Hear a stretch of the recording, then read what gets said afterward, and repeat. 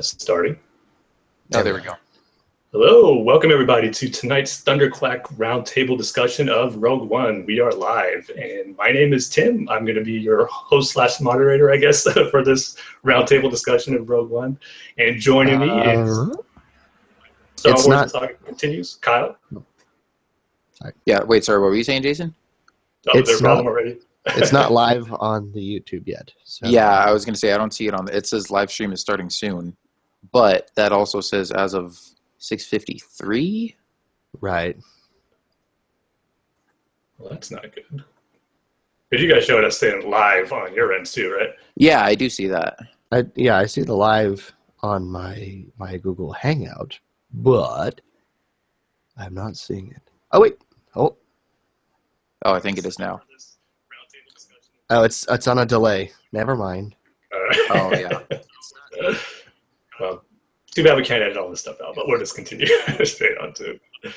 So, all right, let's take two. All right, let's just start the intro all over again. There we go. we thought we were having technical difficulties, but we're just having technical comprehension difficulties. Yes. Yeah, I guess we're just a little slow tonight. But anyway, my name is Tim from Star Wars The Saga Continues, and joining me is my co-host from Star Wars The Saga Continues, which is kind of weird since, Kyle, you usually do the introductions and introduce me, but now I'm throwing it over to you. What's up, Kyle? Yeah, well, since we're doing something a little different tonight, doing a video chat and not just our usual podcast, figured we'd go ahead and let you start it. But excited as always to just be talking Star Wars and getting excited for Rogue One and all that good stuff. So hello to all of you watching on YouTube, which I think is we're up to 3 people already. Sweet. What's up, 3 people? Probably Kyle, Tim, and now member number 3. Yeah. Hi. Of course, would be Jason. Yes. Hi, I'm Jason, known on the ThunderQuack podcast network as one of the hosts of the Talking Time Lords podcast. But I also host a Star Wars podcast called The Wampa's Lair. So my Star Wars credentials for this are firmly intact. You're not bringing a Whovian on to talk about Star Wars for no good reason. But, except that you are still wearing the scarf. I am. And a football jersey, and Tim and I are here in our Star Wars shirts. Well, I'm wearing the scarf because, from the Talking Time Lords podcast, and I'm wearing the football jersey because it was supposed to be directed at you, Kyle. My Texans are playing your Patriots, but I can leave my Brady jersey in the closet and still beat you. Oh. Anyway. Man, the bird's already flying tonight. So, anyway, my J.J. Watt jersey is not doing me any favors tonight. But no, anyway. But this is a Star Wars show, so we're talking about the wrong JJ. That is true. Don't fail me now, J.J. Abrams. No. But hi, I'm Jason. So yeah, Rogue One is just less than 3 months away now, which is kind of hard to believe when you think about it. I think, for me anyway, still coming off Force Awakens high, even though that's almost going to be a year old. So before we get going into the meat of our discussions on what we're excited about and characters and all those fun stuff for Rogue One, I'm going to just do a quick story synopsis of everything we know so far and the characters that have gotten revealed. So what the basic plot is for the movie. So Jason, I'll go ahead and throw it over to you to tell us what Rogue One is going to be about when we see it on December. All right. So here goes the plot synopsis for Star Wars Rogue One. It is a period of civil war. Rebel spaceships striking from a hidden base have won their first victory against the evil Galactic Empire. During the battle, Rebel spies managed to steal secret plans to the Empire's ultimate weapon, the Death Star, an armored space station with enough power to destroy an entire planet. And yada, yada. If that sounds familiar, yeah. I know. Bad joke. But that's kind of the synopsis and the basis for Rogue One anyways. So... yeah, I mean, I know.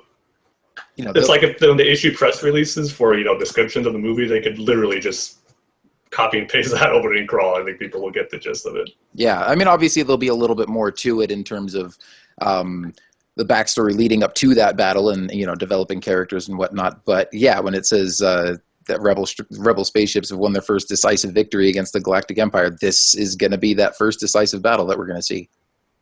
Yeah, it's It's going to be a lot of fun. And I cannot wait.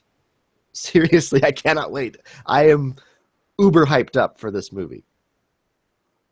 I know, yeah. I was going to ask you guys, we're less than 3 months away. What's your excitement level at for it right now? Because for me, like I said, I feel like I'm still coming off a high from The Force Awakens, but that still just feeds into the excitement of knowing, oh, we got a new Star Wars movie coming out in just a few short months. Then just a year after the last movie. So for almost every Star Wars movie, I get hyped up, and this one's no exception. And everything we're seeing from it, whether it's the 2 trailers or new pictures or character details, it's just sounding better and better, and I just can't wait to see it. So, yeah, I'm super excited for it. And December can't be here soon enough for me. Mm-hmm. Yeah, I mean, Tim, you know this, and I've said this before on our podcast, like, I'm definitely excited for it. It's a Star Wars movie. I love Star Wars. I'm excited for a lot of these characters and for, you know, the battle and the return to, you know, the rebellion versus the Empire, that time period. So I think it's going to be cool. I'm definitely going to go see it, most likely, you know, multiple times, just like every Star Wars movie. I'm trying to sort of keep myself in check, though. Like, my excitement level is not through the roof. It kind of hits the roof a little bit every time we get a new trailer or something like that. But at the same time, like, I'm definitely not as hyped for Rogue One as I was for The Force Awakens. And if I'm being perfectly honest, even though it's still like a year and a half away, I'm more excited for Episode 8 than I am for Rogue One, just because, like, Luke Skywalker, come on. Like, that, yeah. He was what I was most looking forward to in The Force Awakens, and we got to see him for about 5 seconds at the end of the movie. So can't wait to get back to that storyline and exploring all those new characters and stuff. But yeah, obviously, like, you know, am I super hyped, bouncing on the edge of my seat for Rogue One? No. But am I excited for it? Yes. Do I think it looks good? Yes. I mean, I do think with all these new Star Wars movies that they're going to be coming out with, I mean, I just heard something, you know, within the past couple days that now they've got Star Wars movies planned through like 2021. Obviously, you know, kind of with the Marvel movies, or like similar to what they've done with the Marvel movies, hopefully they're all at least pretty good, but they're not all going to be, you know, home runs that they just completely knock out of the park. So especially with the, you know, with the first spin-off film, I'm kind of tempering my expectations a little bit. But you know, at the same time, how can you not love X-Wings and TIE Fighters and Stormtroopers? And if you're Tim, just like fall down and worship the Death Troopers. So seriously, it should just be called Death Troopers, a Star Wars story. I'd be probably more excited if that was the case.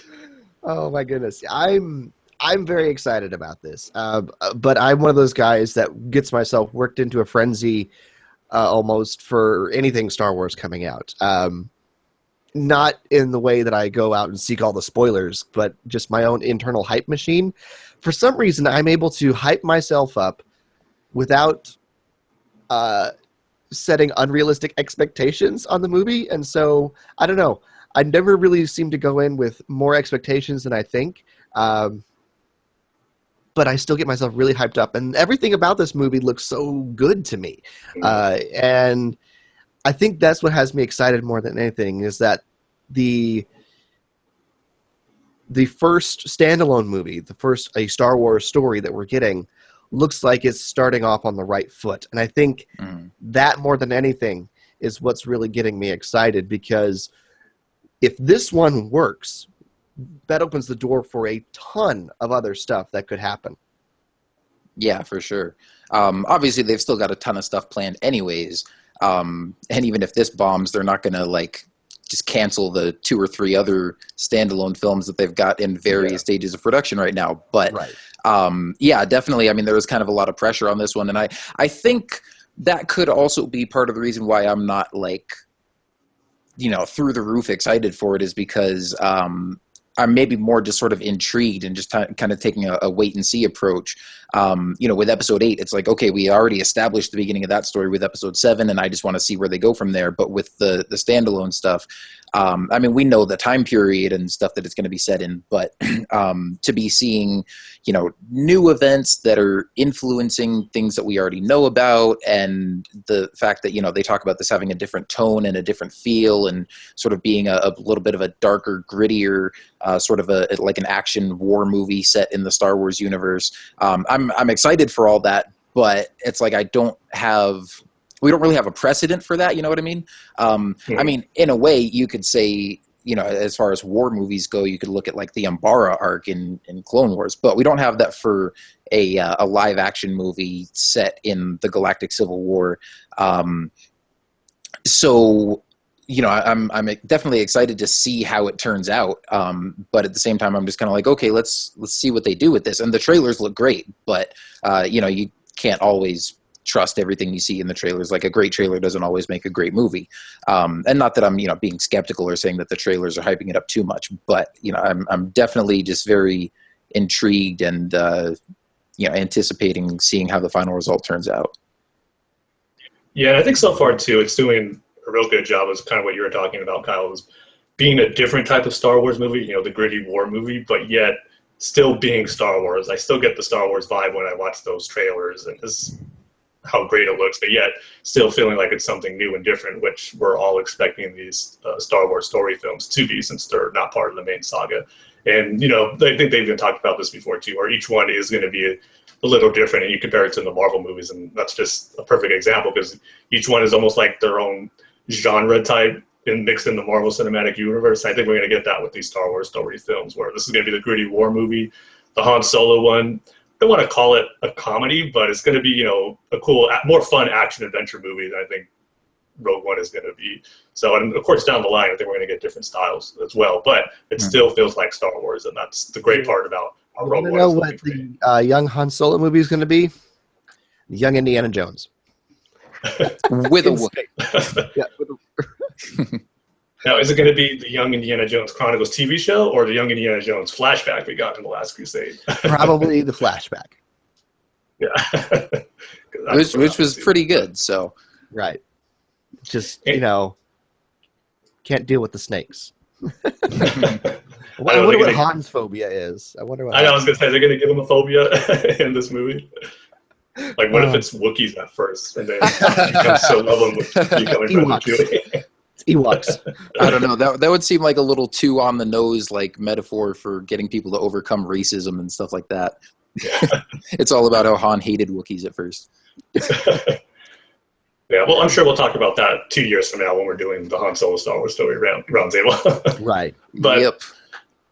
Before we leave the topic of how we're feeling and the excitement for it, we're saying we're all excited for it, but there's no way it can match the excitement of The Force Awakens. And I think that's just understandable too, because whenever there's a big gap for a Star Wars movie, and especially for Episode 7, which we never thought we were going to get in the first place after Revenge of the Sith, I mean, the excitement for that was just almost unparalleled. And it's kind of unfair for people, I think, who are maybe expecting the excitement to be as high as The Force Awakens, because I just don't think it's going to be that way. And I think we're already seeing it now, because I believe next week is when all the merchandise goes on sale, and there really hasn't been that big of a hype, or even from a marketing standpoint, push for it like there was for Force Friday last year. So I think we're seeing that already, where it's not going to be quite as the level as The Force Awakens, and even Bob Iger just said recently they're not expecting this to do Force Awakens numbers. So I think that should be the right attitude going into this, where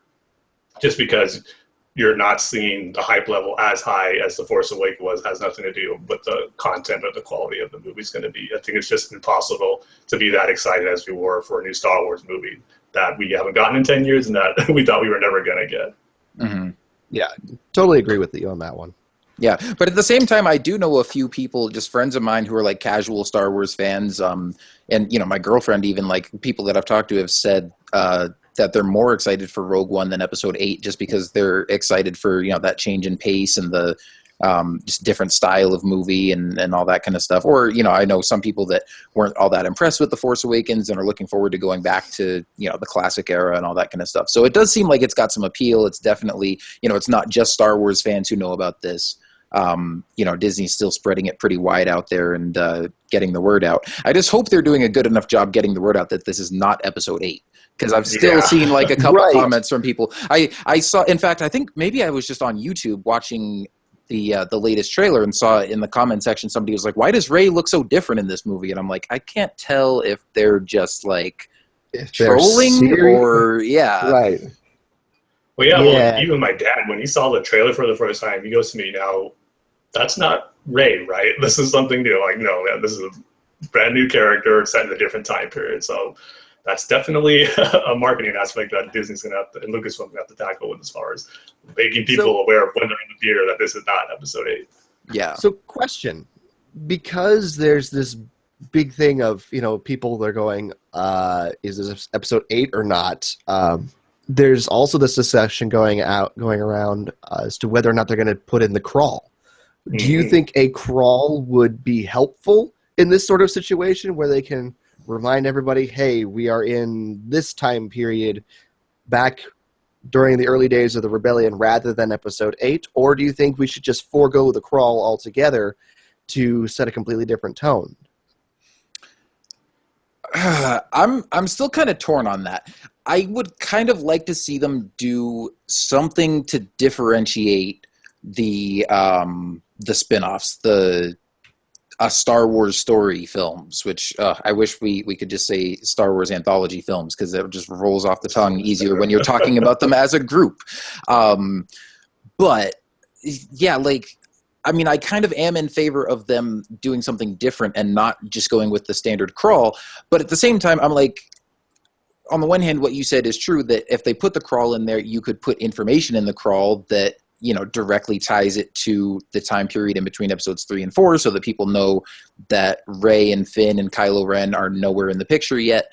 But at the same time, if you don't put in the crawl, or, I don't know if they could put in the crawl, but use a different format or have some kind of narration or a little almost like a Clone Wars style, sort of reel at the beginning that kind of sets the whole thing up. I think sort of in the tradition of Star Wars movies, it almost feels like you have to have something there at the beginning and not just throw up the title and jump right into the action. But at the same time, I kind of would like to see something to differentiate it from the saga films, because then even if you don't know, even if you don't get the information from the crawl, just the fact that it doesn't start with a crawl would make you go, oh wait, is this still Star Wars? This is something different. What are they doing here? So you don't want them to do a Rebels where it's, the lead up and then no. Yeah, I was torn on that too when Kathleen Kennedy first said, we're still talking about how we're going to open the movie. And I pretty much agree with everything you said, Kyle. But I think now, from when we last talked about that, I'm kind of leaning more towards not doing the crawl just a little bit, because I think it would be best to have it be more different than the way the saga films start. But I think they do need something, so, as a little recap or an introduction to the story. And you just said it, and I've heard other people say it too, something like a little sizzle reel, like the Clone Wars did before their arcs. I think that could be pretty cool to see that in live action too, just to give you a brief synopsis of what's going to go on in the movie, and then you just go right into it. So I'm kind of leaning more towards them doing something different than the crawl. But if it is the crawl, they're going to stick with it. I'm not going to complain about that either, because we have plenty of other examples of different Star Wars mediums using the crawl to tell the stories, like video games and even in the Marvel comics right now. So we have seen it used for other stories behind the main saga film. So it wouldn't be the worst thing in the world if they still kept it. So either way, I'm going to be good. Yeah. No, I wouldn't be mad if they put it in there. That would just kind of be the safe route. And I would kind of like to see them do something new and creative. I just don't know what that would be. Right. So I'm glad I'm not the one getting paid millions of dollars to make these decisions. By the way, just quick shout out to all you guys watching right now. I am sort of monitoring the comments on YouTube on the side. So Mike and Paul and Anthony and the rest of you, well, there's maybe one other person watching right now. I don't know, maybe that's Andy.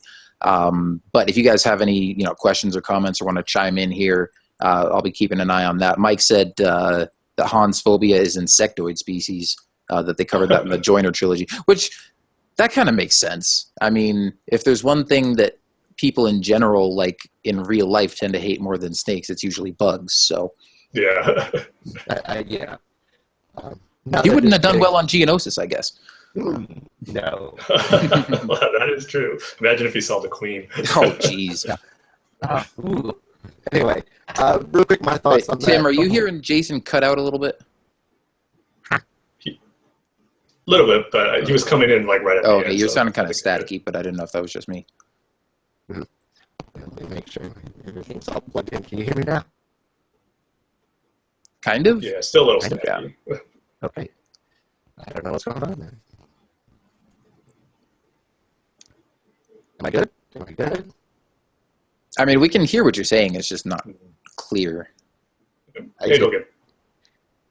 Is it the connection or is it my cold? So that's the question. Really, my thoughts on the crawl situation. I think it could be very useful to really help define where they are in Rogue One. But I'm also totally for them doing something completely different. So if they want to do if they want to go the whole war film aspect, and they have like the little ticker thing that goes across the bottom, the date or time or whatever it is, and then mission briefing, blah blah blah, that sort of thing, and then it scrolls away. That could be cool too. But I mean, honestly, I'm just waiting to see what happens. I'm good with either way, but as Kyle said, I'm just glad I'm not the one that has to make the decision because I don't think I could. So. Yeah, I kind of have a feeling that's going to be like a last-minute decision, like before they have to give the final cut. Of like, okay, what are we going to do here? They'll probably have both versions ready. They're going to have like 3 versions of this, the intro, and they're going to wait till the last minute to figure out which one they want to use. So. Yeah. And then put them all on the Blu-ray so we can see each version that they want. We're considering using. That'd be great. But let's talk about some characters now that are going to be in Rogue One. Maybe start with the heroes first. And in the trailers and articles that have come out, I think Entertainment Weekly was the ones that first revealed the character names. After we first saw the trailer, we didn't have names yet. So the main characters looks like we're first going to be introduced to is, of course, Jyn Erso, who's going to be our main protagonist of the story. And Cassian Andor and his droid, K2SO. It looks like those are going to be the 3 main characters who set out on this mission to get those Death Star plans. And as we know from the trailer, it's Mon Mothma is the one who, gives this plan to Jyn to carry out. And there's another general there, but we don't know who his character is yet. So those are going to be the first 3 characters we meet. And then as I'm trying to piece together how the story's going to go, because we know there's going to be so far 3 planets in this movie. Yavin, 4, of course.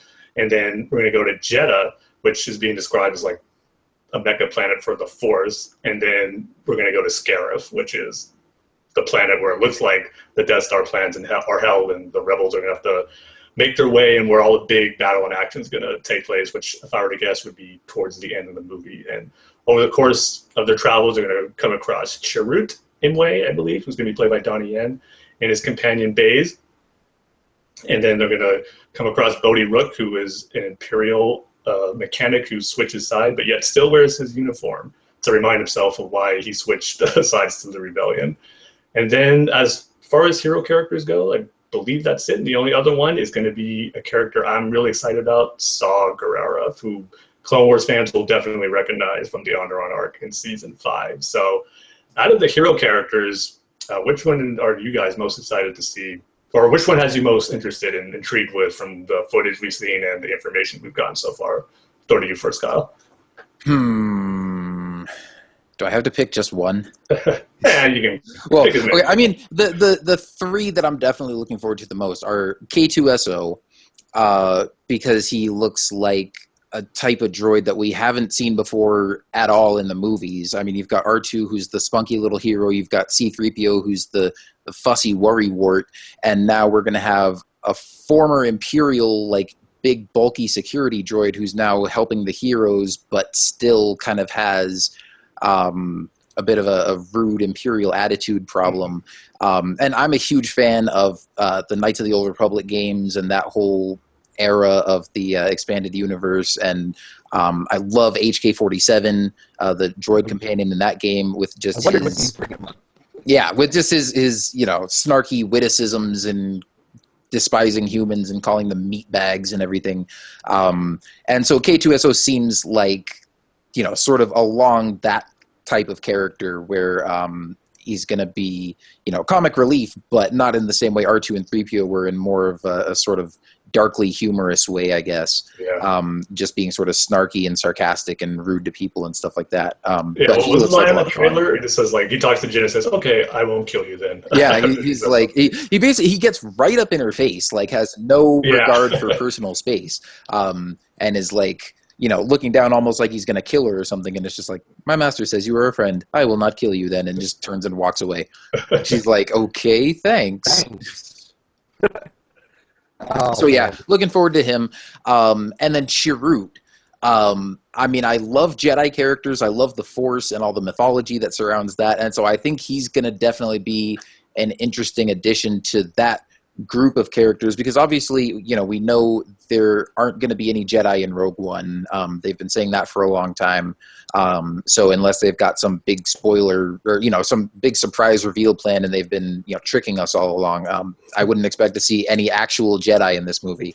But obviously Chirrut is going to sort of fill that, that archetype, I guess, or that role within a traditional group of Star Wars characters, where he's the one that, even though he maybe can't use the Force, he believes in it and is sort of devoted to carrying on the ways of the Jedi. And he's like a blind warrior monk. There's a shot in the trailer even where it looks like he's just kind of sitting on the ground. Or I don't remember if it was in the trailer or if it was like an image that was released through a magazine or something. No, I think it was an image. But it made me think that, like, when you first meet him on Jeddah, he might just be like sitting on the street, kind of, posing as a blind beggar. And then, maybe Jin and her friends get, surrounded by some stormtroopers, and suddenly you find out, oh, that blind beggar we passed a while back is actually some awesome warrior monk dude who's got like a bow staff and just knocking out all these stormtroopers and, dodging their bolts and making them shoot each other in crossfire and stuff. So, I mean, just the brief glimpses that we've gotten of him through the trailer, and just, hearing bits and pieces of information about his character, he seems really interesting and really cool. And then who was my third one? Oh, Saw Gerrera, who I'm mostly just, Yes. I mean, I'm excited to see what his actual role in the movie is and how that all plays out, but I'm mostly just excited for him because it'll be the first time that we've seen a character from the Clone Wars, or I guess from animation in general, from Clone Wars or Rebels, seeing an original character from that part of the canon being then translated into a live action character in a movie. That's going to be pretty awesome to see. Yeah.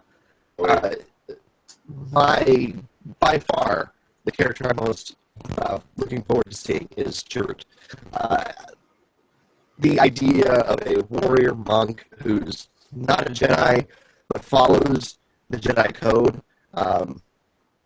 is really a really unique, kind of cool idea that I really like the way that the new films are taking this whole idea that there is more to the Force than just the Jedi and the Sith. And of course, if you've been following Clone Wars and Rebels, you know that's the case. But we're seeing that in a more broad sense now with someone like Chirrut. And to get not only that just character type, which is awesome, but to have him played by Donnie Yen has me very excited. And my Netflix queue is full of Donnie Yen movies that I'm catching up on and watching. The Ip Man trilogy that he's in, very good. I highly recommend those. Yeah, those are good. Want to get an idea of what he could be bringing to Rogue One. So, Chirrut, and then this second is going to be Director Krennic.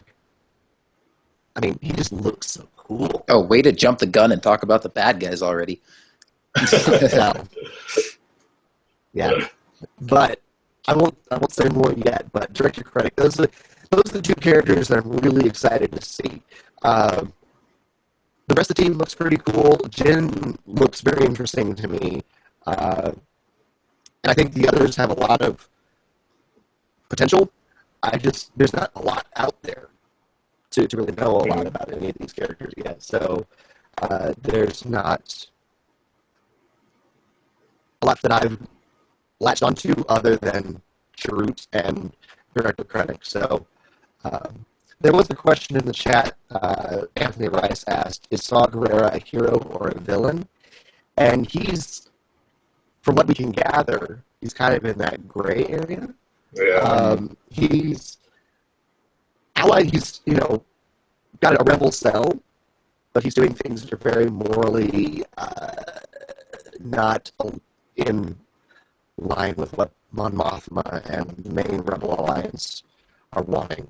So, yeah, I mean, obviously we sort of classify him as a hero just because it's the rebellion versus the Empire, and he's fighting for the rebellion.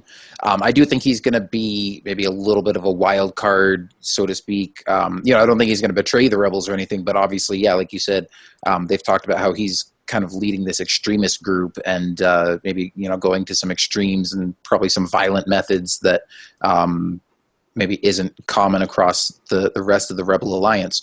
But one thing that they also talked about in terms of just sort of the overall story of the movie and how it's going to sort of set things up is that the Death Star and the threat of the Death Star is really sort of the thing that's going to unite this whole Rebel Alliance for the first time. That up to this point, it's kind of a lot of separate Rebel factions, kind of like you see on the Rebels TV show where, first you've just got Hera and the Ghost Crew, and they're kind of in touch with Bail Organa and Fulcrum, and know that there's some other stuff going on. But then you find out as the show goes on that there's more and more groups and Rebel fleets and stuff like that, but they're not really sort of united under one banner yet.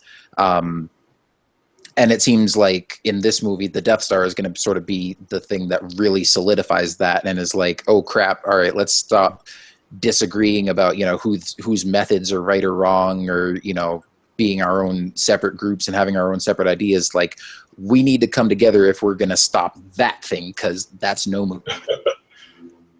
Yeah, and what's cool about Saw Gerrera too is, we saw him in Clone Wars already, but they're already planting little seeds about how his character is in the other mediums of Star Wars. They mentioned him in Star Wars Rebels and the season 2 episode, The Honorable Ones, where Agent Kallus was telling Zeb how a rebel group led by Saw Gerrera just massacred their stormtroopers, like didn't take prisoners, just executed them after the battle.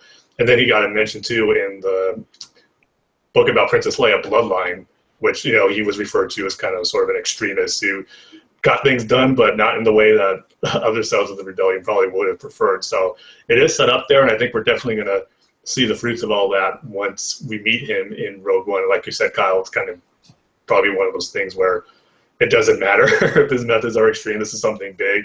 We better utilize them. But another thing, too, that I'm excited to see is his relationship with Jyn, because in the few shots in the trailers, and I think even some images, it looks like, they're not meeting for the first time. It seems like they do have a history where they've either fought together or he's encountered her and her family in the past.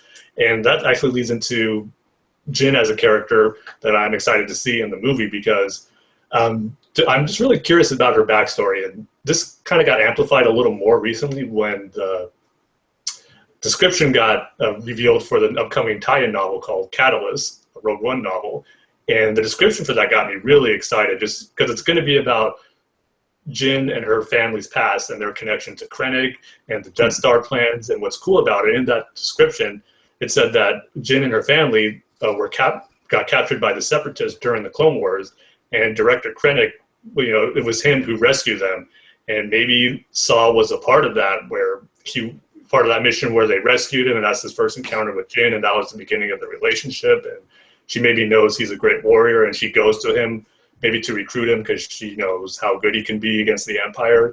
So that aspect, and Jyn's relationship to her father and how he ties into all this, because in that synopsis for the novel, it goes on to say that he feels like he owes Krennic, so he decides to work with him, get things going for the Death Star, but he doesn't know in reality what they're going to use that for.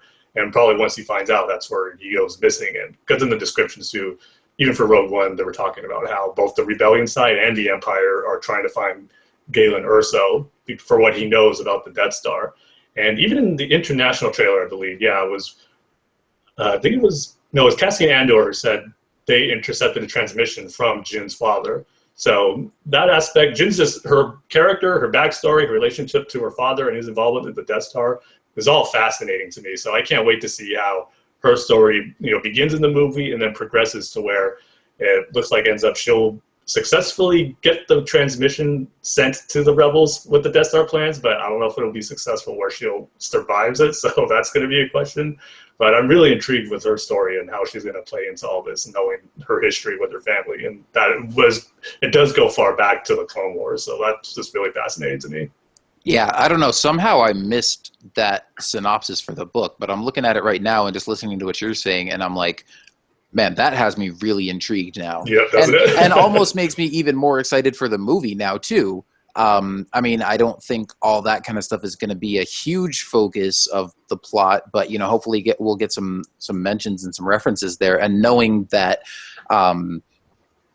even though this story is set, who knows, weeks, days, months before the beginning of A New Hope, that sort of the roots of it and the backstories of some of these characters go all the way back to, the prequel era and the Clone Wars and stuff, which, I mean, makes sense because obviously the characters are old enough that they would have been alive during that time period and seen some of this stuff. But just the fact that there are direct relationships and connections between the characters that started from events around the Clone Wars, and it even mentions Krennic being part of Chancellor Palpatine's top secret Death Star project, which we know from a couple little Easter eggs that he was in the early stages of working on during the prequels. So just that. I mean, I love that kind of stuff that just sort of interconnects between different parts of the universe and really makes the whole thing feel like a whole. Like now it doesn't feel like just a prequel to A New Hope. Now it really feels like just another piece, like a puzzle piece almost fitting in with like the whole Star Wars saga. So right.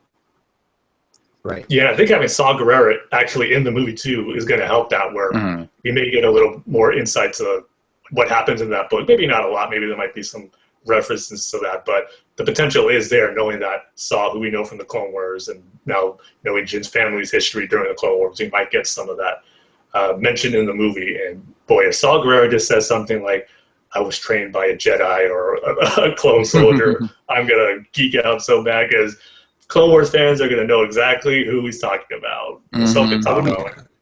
Even if he doesn't say her name, us fans of the show will know. Just going to be geeking out so much over that. So I hope we get a little bit of that, where I was trained by a Jedi and one of the best soldiers, and that's all he has to say, and that'll be enough. Yeah. Yeah, and another character for me too is Cassian, actually, because haven't heard too much about it, but I'm just going off by the little lines of dialogue he has in the trailer, where there's that line where he says he's been recruiting soldiers or people for the rebellion for a while now. But that's all he says, but I think he's talking to Jin when he's saying that. But it's kind of, to me anyways, implying like she might be the best one he's found, or their group might be the best ones they have for this mission. So I'm kind of curious to see how long he's been with the rebellion and how far back his time with them goes.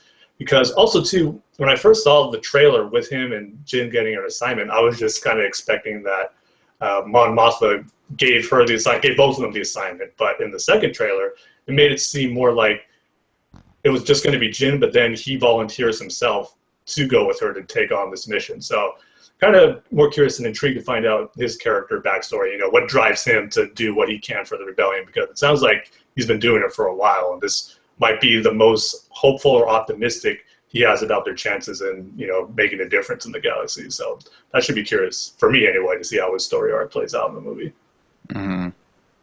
Yeah. I think Cassian could be a really cool character. Nothing about him yet has really jumped out to me. I mean, he seems like a good character. He seems like he fits well within the story. But nothing that I've seen, nothing that I've read, and granted, I don't go hunting down spoilers, so I don't know a lot of, what might be out there other than the mainstream. But nothing out there has really sparked my interest in him yet. I mean, I'm excited to see what happens and what he does, but other than that, as sort of a general excitement, I don't know. Yeah, I think he's going to be one of those characters that And I mean, you could even kind of say the same for Jin, where you just watch the trailer and get your first brief glimpses of these characters, and what jumps out to you. Oh, new stormtrooper armor, and that blind guy beating up stormtroopers with his staff, and the big droid making snarky comments, and those are the more sort of Oh my characters gosh, that the are Death Star eclipse. yeah. I mean, but in terms of just characters in general, there are definitely ones that are more visually striking, or have some big trait or some big hook that you can see a few seconds of footage of them and go, oh, I want to see more of that. Whereas with Cassian and Jin and people like that, I get the feeling that those are the characters that might not be the top of everybody's list going into the movie, but then once you actually see the movie, I mean, obviously they're going to kind of be the two main characters, and I mean, hopefully they'll end up being great. Hopefully, maybe we'll walk away from the movie saying one of those two was our favorite, but it won't be because they had some big action moment or a really cool costume or something like that, but it'll be more because of their character arc or their personality or just different things that they do in the story that you kind of have to get the whole picture and not just watch the trailers ahead of time. Yeah, and another thing, we talked about this on one of our episodes, Kyle, but I'll ask it again. What are you guys feeling as far as the survival rate of these characters making it out of this movie? You think it's going to be majority of them, none of them, just a few? What are you guys' take on that? I think we're going to have about a 25% survival rate. I don't know the exact math on that one as to how many, but I feel like 2 or 3 are gonna walk away from this movie. That, and I don't Any characters that are just coming into your mind that you think like might not make it or will make it? Oh, I'm not going to go into that because there is a spoiler out there that Kyle has not seen. So I have not seen. I'm sorry, Jason. This is like the first time that you know a spoiler that I don't. Because I watched the stupid Rogue One panel. Yeah. Celebration. Anyway, but as far as characters, yeah, the thing is I really think there's only going to be 2 or 3 that are going to walk away from this movie, and I'm not even sure if Jin is one of them. She's being billed as the main character, and that could either mean that she lives or that she dies. I mean, in a movie like this, that's the thing, is that she could walk away because she's the main character. She could survive to fight another day, or she's going to be the one that does some sort of heroic sacrifice and dies in order to make sure that the mission succeeds. It'll be one of those 2 things. Not somewhere in the middle. I mean, because on the one hand, it's like if Jin survives, or even for some of the other characters, it's like, oh, well, if you're some great hero of the rebellion, where were you during the next 3 movies? That's kind of the corner you can paint yourself into while, making a movie that is, sort of a prequel to then 3 movies that we all know and love that have, these huge epic stories that these characters certainly could have been a part of. But yeah, I don't know. I mean, I was thinking about this earlier when, Jason, when you were reading the crawl at the beginning, because, Tim, like you said, we've talked about this before, and how, I mean, for the most part, I'm in agreement that I don't think most of the characters are going to make it. But then it does say in the crawl, and, hopefully they don't really contradict this, it says the rebels have won their first decisive victory or their first major victory or something like that. And I'm like, I don't know, can you call it a decisive victory if they get the Death Star plans but everybody dies? Like, are they talking decisive victory in terms of actually winning a battle, or decisive victory in terms of just achieving their goal and dealing a blow to the Empire by stealing the Death Star plans, thereby giving Luke Skywalker a chance to blow up the Death Star down the line, but not actually having a victory in a battle against them? So, but either way, I mean, I still don't think, just the way it's set up, I mean, and knowing these types of movies where you've got, a sort of squad of diverse characters that forms to take on this big mission, and it's a war movie, and they're going, deep into enemy territory and have some big objective that they're going to accomplish, you usually lose more than just one or two members of the team along the way.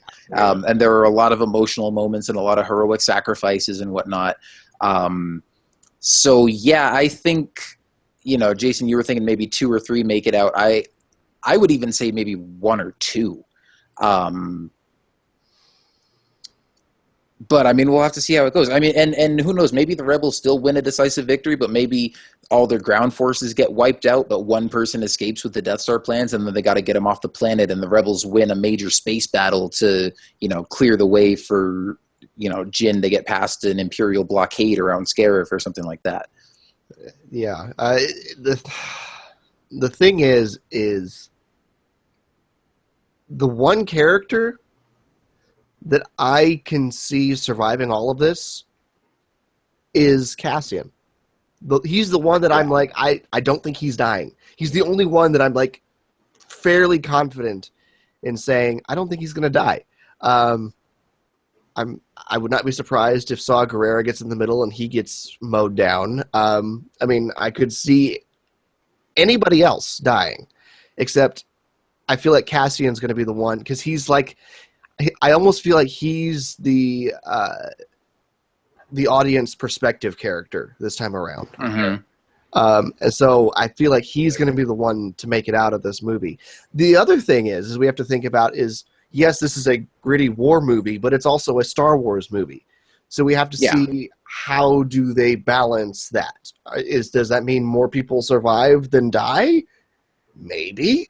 But that's the other question is how much of this is going to be gritty war movie, how much of this is going to be Star Wars, and see what sort of balance they strike there. Yeah, well, I think you're still going to have a lot of because it's Star Wars, and they know that families and kids and just general audiences are going to go see it, and not just hardcore fans and people that want to see a gritty war movie. Like, I think there will still be some dark moments. I think a lot of characters are going to die. But I think they're going to balance that with some lighthearted, humorous moments, maybe some interactions between Jyn and Cassian. Certainly, K2SO, I think, is going to provide some comic relief. And also between Baze and Chirrut, I think, there could be some room for a little bit of fun dynamics there between the two of them, and some banter and stuff. In fact, I think even in an interview, like maybe it was Kathleen Kennedy who said that they sort of based those two characters off the same pair of characters from an Akira Kurosawa film that George Lucas based R2-D2 and C-3PO off of. Yeah. So think of two battle-hardened warriors with an R2-D2 and C-3PO type of dynamic. That could be a lot of fun.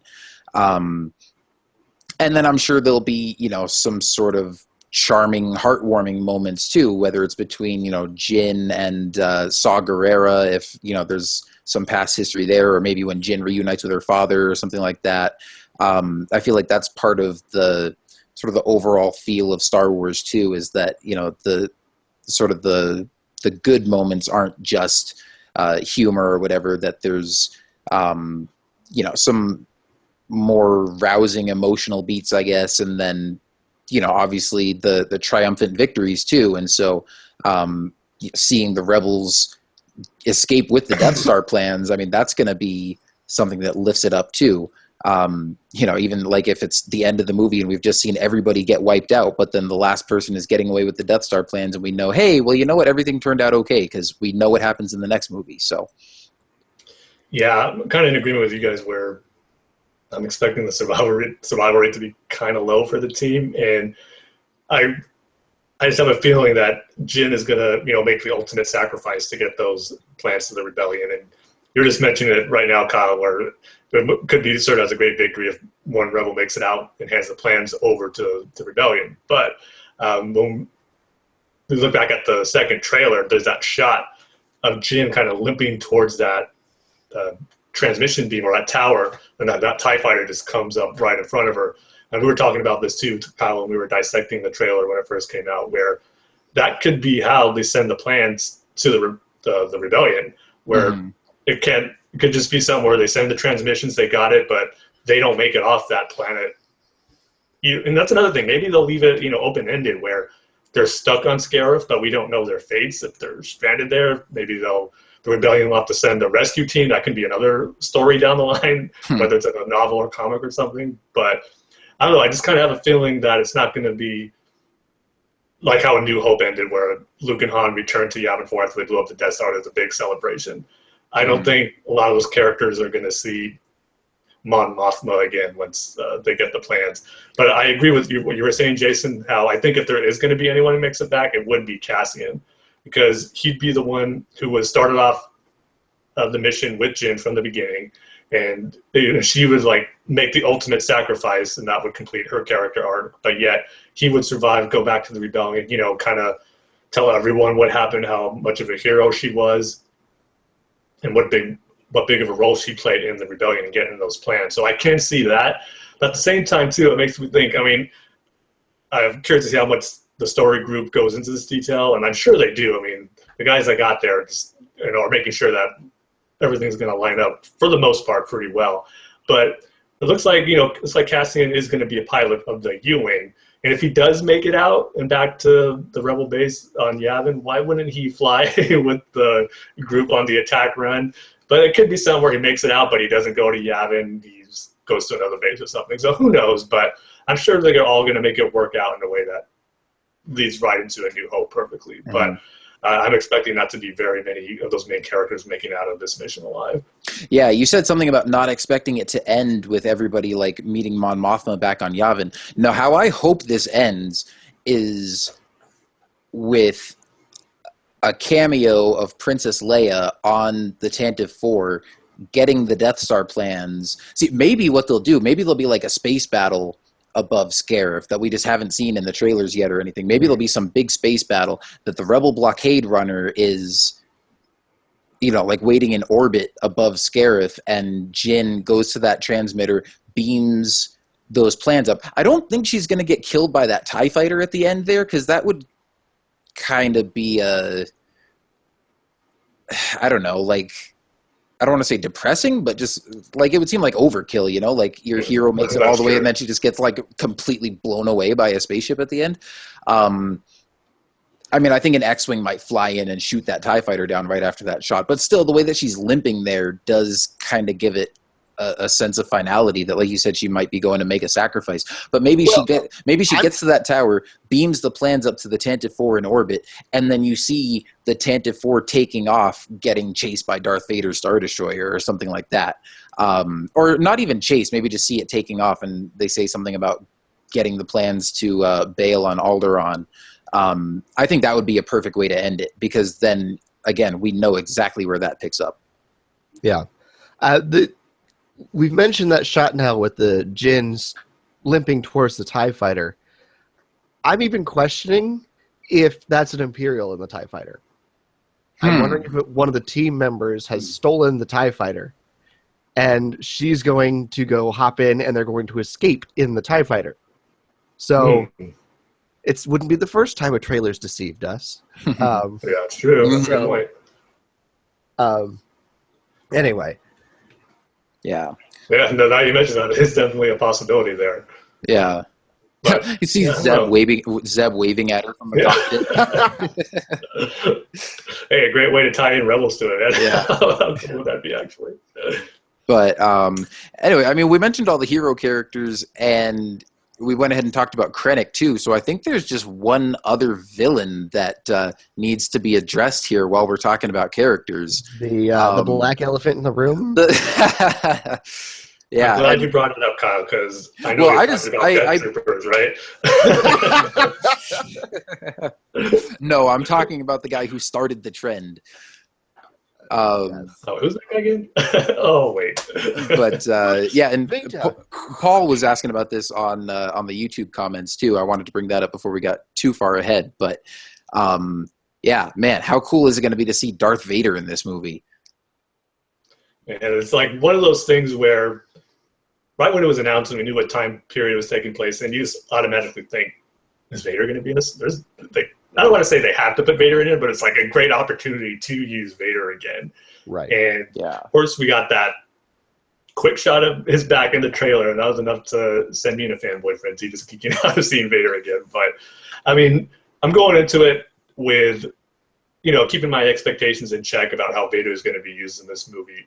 Where, I mean, here's the thing, because Kathleen Kennedy says he's not going to have a major role, but yet there's a pivotal moment in the movie that, like, I believe she said it revolves around him, or he'll be a part of that pivotal moment. So it makes me think too, is he actually going to go down to Scarif and take out the remainder of the rebels that are out there trying to steal those Death Star plans? But I don't know if they will do that, as much as we like to see Vader in action. It would kind of make it be a failure if he does, because they would still get the plans out of there, obviously. So I don't know if they're going to do that.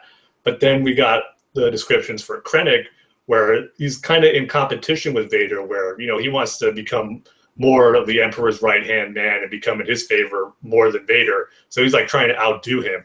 And maybe that's what makes me think if Vader is going to not necessarily be involved with the rebellion, but with Krennic in the movie and his squad, is Vader going to take them out? Well, he'll be Krennic's undoing. So I am curious to see which way they're going to go, but regardless, it's going to be awesome just to see Vader again. And of course, having James Earl Jones doing his voice is going to be awesome, as we know he's been doing a great job on Rebels, rephrasing Vader again, and to have it in an actual movie again. It was cool, definitely cool in Revenge of the Sith, but that's where he just became Darth Vader, and to see him fully fledged, like in his prime Darth Vader with James Earl Jones voicing him again, it's going to be incredible. So regardless of how long it's going to be, it's going to be awesome whenever the length is, his screen time is end up going to be a part of the movie. So it's going to be so cool. Yeah, I think Vader is, like, that's probably one of, if not the top thing that's got me, like, the most excited for this movie. As long as he's in this movie for longer than Luke was in The Force Awakens, like, I'll be happy. And again, whether it's, fighting the rebels, and I don't know, maybe Chirrut gets this crazy idea that, I'm going to get revenge for the Jedi and take out Vader, and like that would not be a long fight, but could be a fitting and tragic end for a character still clinging to the ways of the Jedi. Maybe it'll be that, like you said, maybe he'll just be in pursuit of them, once they get their hands on the Death Star plans. Maybe it'll be, I'm sure there probably will be some confrontation with Krennic, because just, knowing that Vader's going to be in the movie, and then knowing what you said about Krennic, that he's sort of, he's definitely not like the level-headed, sort of cool, calm, collected, typical Imperial officer like Tarkin. He's a bit more, he's definitely ambitious, but he's also a bit more of a hothead, a little bit more hot-tempered, I guess, and unpredictable. So I'm like, somebody like that sounds like he is definitely on the path to getting on Darth Vader's bad side. So, I'm definitely looking forward to seeing some sort of confrontation there, whatever that may be. But, just the fact that he's going to be in it again, like you said, Tim, just seeing Darth Vader on screen again in live action with James Earl Jones' voice, and it's like, how can you not love that as a Star Wars fan? I still remember having a moment, like, shortly after Rogue One was announced, and hearing about it, being like, oh, okay, that could be kind of cool, doing a story, set before A New Hope about the rebels stealing the Death Star plans and stuff. And I was just kind of thinking about the rebels and the stormtroopers and whatever. And then I was like about to go to bed that night, and I'm just standing in my room, and suddenly just like a light bulb went off, and I was like, holy crap, we might get to see Darth Vader again, and was just like freaking out about it. So that has long been my most anticipated aspect of Rogue One. I'm probably, out of the three of us, the least excited for Vader on this roundtable, just because I know the hype train is in full effect for the two of you when it comes to Vader on this. I think part of it is me just tempering my expectations, because I don't think he's going to be in it very much. I know there's reports that there's quite a few different people inside the suit this time around, but I don't think that means more screen time. I think that just means more specialized actors for certain things. Maybe one guy walks really great, and one guy fights really great, and one guy, I don't know, just looms large when they need him to stand still. I don't know. Or just different people were available different days. I don't know. And I think it's less special if they give us all the names.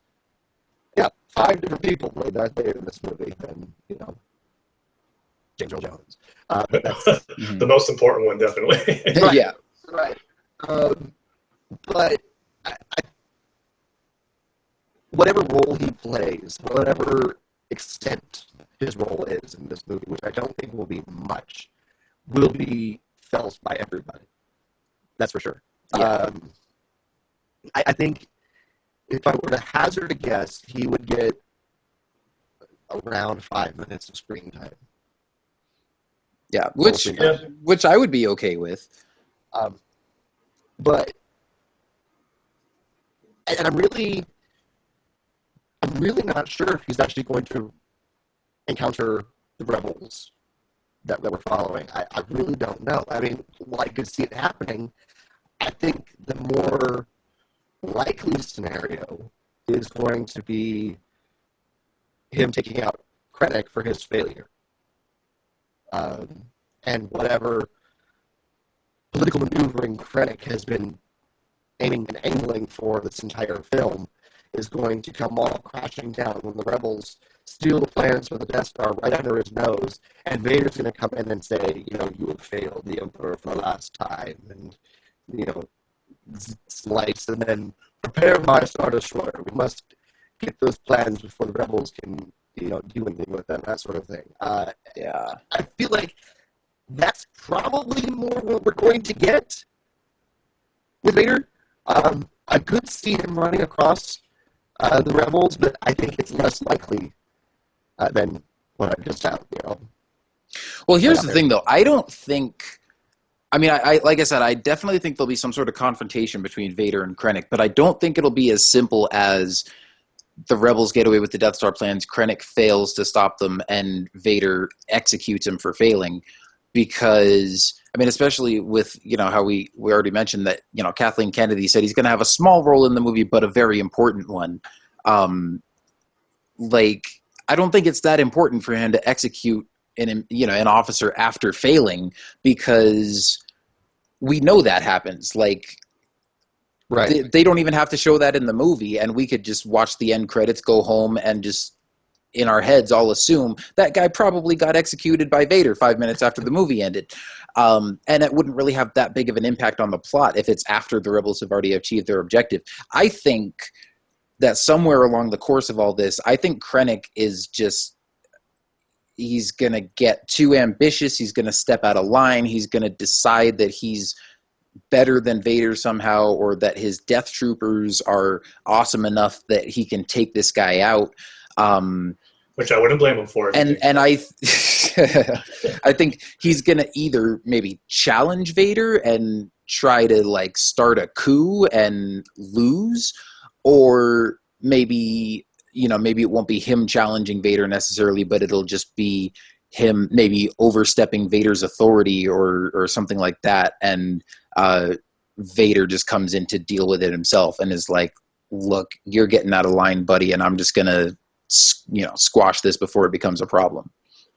Another thing I was thinking of, what if after the rebels steal the Death Star plans and, Krennic knows his plan is a failure, but if he tries to blame it all on Vader, where that's kind of what you were saying, Kyle, where he takes his troops to go take out Vader, kind of put him back in the good graces with Palpatine to let him know that he stopped Vader from, failing, letting the rebels get the Death Star plans. But, Vader just mops the floor with whatever troops he has. So. Yeah, he tries to blame it on Vader and then walks in with his Death Troopers to arrest him, and then you just hear, it's treason then. That actually would be pretty... Okay. So we've talked a lot about Krennic and Vader sort of vying for Palpatine. Do you think we're going to see Palpatine? I don't think so. I mean, I would Palpatine so bad. I would love to, but I think even though they've already shown, no, don't get me wrong. Like I really want to. I think it would be awesome, but I mean, Vader is sort of. I mean, even though we already know he's going to be in the movie, I think that's sort of the big saga villain cameo that we're going to get here. Also, even though it would make perfect sense because we know the Emperor's around, I'm like, would it be a little weird to see Palpatine in this movie that's sort of a prequel to A New Hope when we never saw him in A New Hope and only saw him for like 10 seconds in Empire Strikes Back? Like, I don't know. I mean, we know he's out there. We saw him we didn't even see him in Rebels. We heard his voice in, one brief scene. So, I don't know. Maybe it'll be something like that. Maybe we'll just hear his voice and not actually see his face. But I think Ian McDiarmid did say in an interview that he is not playing Palpatine in this movie, which, again, unless he's intentionally deceiving us, which is certainly something Sidious would do, but hopefully Ian McDiarmid is a little bit nicer of a guy. I'm not really expecting it. Now, if we go see the movie and he's in there, I'll just lose my mind and it'll be fantastic, but that's not something that I'm expecting or even really thinking about all that much at this point. Well, his royal guards are in the trailer. Yes, I was just about to say that. I was going to say that I would have said no and I wouldn't expect him to, but we got that one little shot in the first teaser trailer where you see that character in the black robes kneeling down. Now, I don't know why the Emperor would have to kneel since he's, the guy on top, but the Imperial Royal Guards are there, and they're only around when Palpatine is present. So that's what makes me think that he may be in this movie in some small way. And I think it could be just a voiceover where maybe Ian McDiarmid said he's not in the movie, but he'll be voicing him in the movie where he's not physically there. So that's one way I think they can go about it, or even they just want to get Sam Witwer to do the voice if Ian McDiarmid wasn't available. But I don't know, I'm kind of leaning towards that we may see Palpatine in this movie just based off that one shot in the trailer. Because, I mean, we could probably do a whole roundtable discussion just on that one shot because there's so much stuff that makes you think about, like, who is the character that's kneeling down the black robe? And it looks like there's a Bacta tank there. Who's in that Bacta tank? Why are the Royal Guards there? Just so many questions regarding that one moment. But one way or another, I think it's going to revolve around Vader or Palpatine in that sequence. And I'm leaning more towards maybe both, but more towards Palpatine just because of those Royal Guards. Because, they just don't show up anywhere without Palpatine far behind. Yeah, I don't know. It's very intriguing. And I'm glad you brought that up because I hadn't really thought about that in a while. I don't think it's Palpatine from that shot because, again, like you said, like if that was Palpatine, who would he be kneeling to? Yeah. Unless it's Palpatine kneeling in some sort of Sith temple thing. True. It looked too nice to be a Sith temple, though. I know. Yeah, no, it definitely looked like some sort of Imperial facility. But yeah, I don't think it's Vader because why would he be wearing a hooded cloak? The only thing I was thinking of maybe if he was in some battle and his suit got damaged really bad, and before he goes into a Bacta tank, he's like has a cloak and a hood over his face to cover, his scars. And maybe he talks to Palpatine real quick in that moment. That's why the Royal Guards are there. It's a possibility, maybe. Unless it's Krennic. Yeah, it could be. Maybe. But you think he'd have a white robe on? Because he's got that amazing white cape and everything else. So I don't know. I know. Watch. That's going to be a scene that's cut from the movie, and then we won't know. Right? Anything from the Force Awakens trailers, a lot of shots did not make the actual movie, which kind of bugged me still a little bit when I watch it. But yeah, still, that happens with a lot of movies, though. Yeah, but I felt there was a little more with the Force Awakens, especially the first actual teaser. There's maybe 2 shots out of that whole thing that were actually in the movie. Yeah, but see, that didn't surprise me at all because I mean, all of those scenes were in the movie.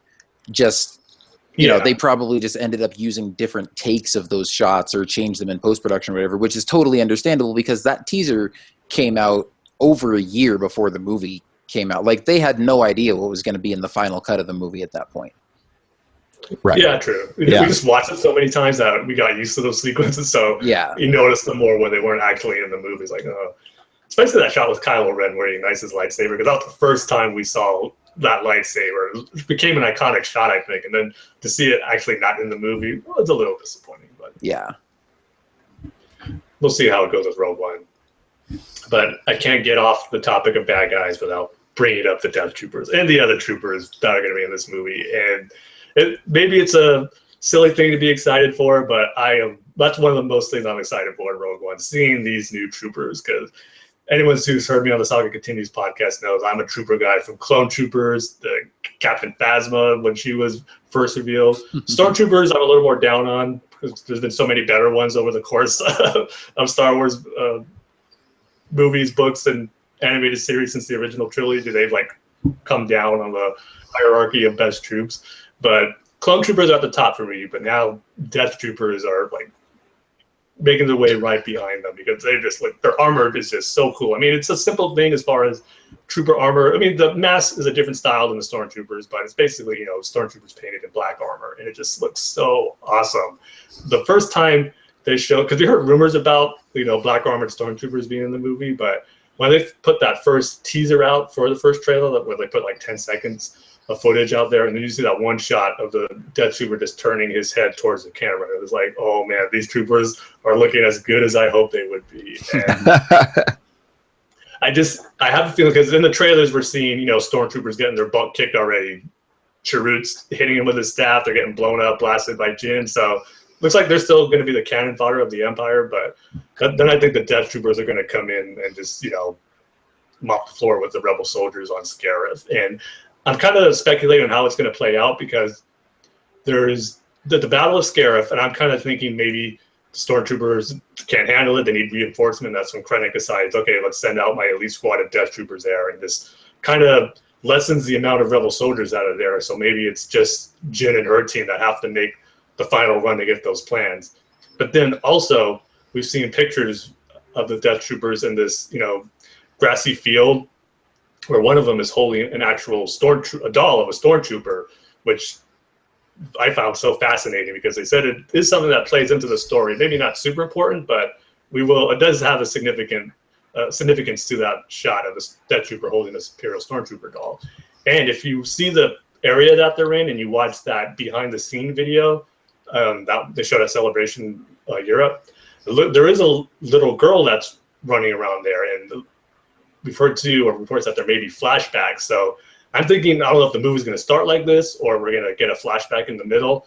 But I think we are going to see Jyn as a little girl with her father, and then Krennic, maybe that's his first attempt to get Galen Erso. Maybe he went away from the Empire, but he still needs that information and whatever he came up with to make the Death Star operational. Krennic needs that, so he sends the Death Troopers early on in Jin's life, and that's her first encounter with them. So I think we're going to get two moments with the Death Troopers, whether that flashback sequence is in the beginning or in the middle, but then later on in the final battle with Scarif, and they just look incredible. And not to mention, too, we got shore troopers who look pretty cool, which are going to be, I guess, the main troopers on Scarif. Then we got those awesome-looking ones who are just riding on the tank in Jeddah. They're the ones that remind me most of clone trooper armor, but all these trooper designs in this movie are just blowing me away. It's like, I got to get those toys of each single one. I got to get the statues, as many T-shirts as I can of the Death Troopers. I'm just going to eat all that stuff up for all the troopers in this movie. So I can't wait to see them in action, and to finally, the First Order did an okay job, but to finally see Imperial troops just dominate on the battlefield and make them be feared. And that's what I'm expecting with Death Troopers. Yeah. I'm going to get my thoughts out here real quick, because I'm not going to have a whole lot to add to this conversation. Cool, I guess, is my response to the Death Troopers. Honestly, I'm a wait-and-see kind of guy when it comes to these sort of things, because they're not my characters. The armor has never been something I've been super into when it comes to Star Wars. So Boba Fett, meh. Clone Troopers, they're cool. Stormtroopers, meh. So the armor is not my thing. I like flowing robes. That's why Krennic's cape looks amazing. I want it. But Jedi robes and those are my things. Those are the type of characters I gravitate towards. Is not the armored troopers. So because I don't know, I don't connect with them because I can't see their face or whatever. I don't know, but yeah, they look cool. I'm sure they're going to be more advanced than the normal Stormtrooper, obviously, because they're an elite squad that are connected with Director Krennic. And I don't think we're going to have them in a flashback. I think they are a newer thing of Krennic's to help solidify his political position and his ambitions. So I don't think they're going to be in a flashback. If we get a flashback, I think they're going to be staying in our present story. Other than that, I don't have much else to say about troopers and armor other than cool. Yeah, I think I geeked out enough for all three of us. Yeah, well, I think Anthony just posted in the chat, or they could turn out to be Phasma. Well, see, here's the thing. I think they're cool. I'm sort of halfway in between you guys. I'm not an armor guy as much as Tim is, but I guess I'm more of an armor guy than Jason. I mean, I love Mandalorian armor. I love Clone Trooper armor. I've always been kind of on just the regular Stormtroopers, but I think these Death Troopers look really cool. But again, after The Force Awakens, I'm like, they could turn out to be a squad of Phasmas. But at the same time, what we were just talking about with not assuming that many of the main characters are going to make it out of this movie alive. Well, obviously they all got to get killed somehow, and we don't think they're all going to get personally executed one at a time by Darth Vader. And they're sure as heck not all going to get shot by a bunch of just standard stormtroopers, because that just would retcon the entire original trilogy. So I'm thinking maybe Vader might execute one. I'm sure at least one will probably get shot down in a ship by a TIE fighter. Maybe that's how Bodhi Rook will go out, because he's a pilot. But somebody's got to get shot by, just sort of overwhelmed by enemy forces. Maybe Baze, because he's, you see him in the trailer just shooting a gun at a bunch of people. And he definitely seems like the kind of guy that would just go out in a blaze of glory, taking out as many stormtroopers as he can while he's just surrounded by enemy fire from all sides. So, but yeah, I hope that the Death Troopers are going to be given a sizable role here and be intimidating. I mean, I'm trying not to get my hopes up too much because, again, as we've seen with not only Phasma, but Boba Fett before her, that just because you have awesome looking armor does not necessarily mean you're guaranteed to be a huge threat to the heroes. But you could be dropped into a trash compactor off screen or thrown into a Sarlacc. Yeah. I don't know about any gigantic monsters being in this movie, but you never know. They could be lurking somewhere. Or who knows what's in the oceans of Scarif? Exactly, I know. Somebody could end up out on the surface of the water, and then we could have a Jurassic World moment where huge. Watch, they're gonna take out the rebel soldiers. I'm thinking, yes, they did it. They showed the might of the Empire, and then they're on this transport in the water, and then some sea creature just snatches them all up, and that's it for the Death Troopers. But if they're gonna go out, I do like the idea of Vader taking them out. That would be. I mean, as much as I'd hate to see their armor get slashed by lightsabers, if anyone's going to take them out, it's got to be Vader. So I wouldn't mind seeing that if they have to go, but I'd rather them survive. But if they're Krennic Special Forces, if he goes, I have a feeling they're going to go too. Yeah. And I'll be sure to shed a tear when that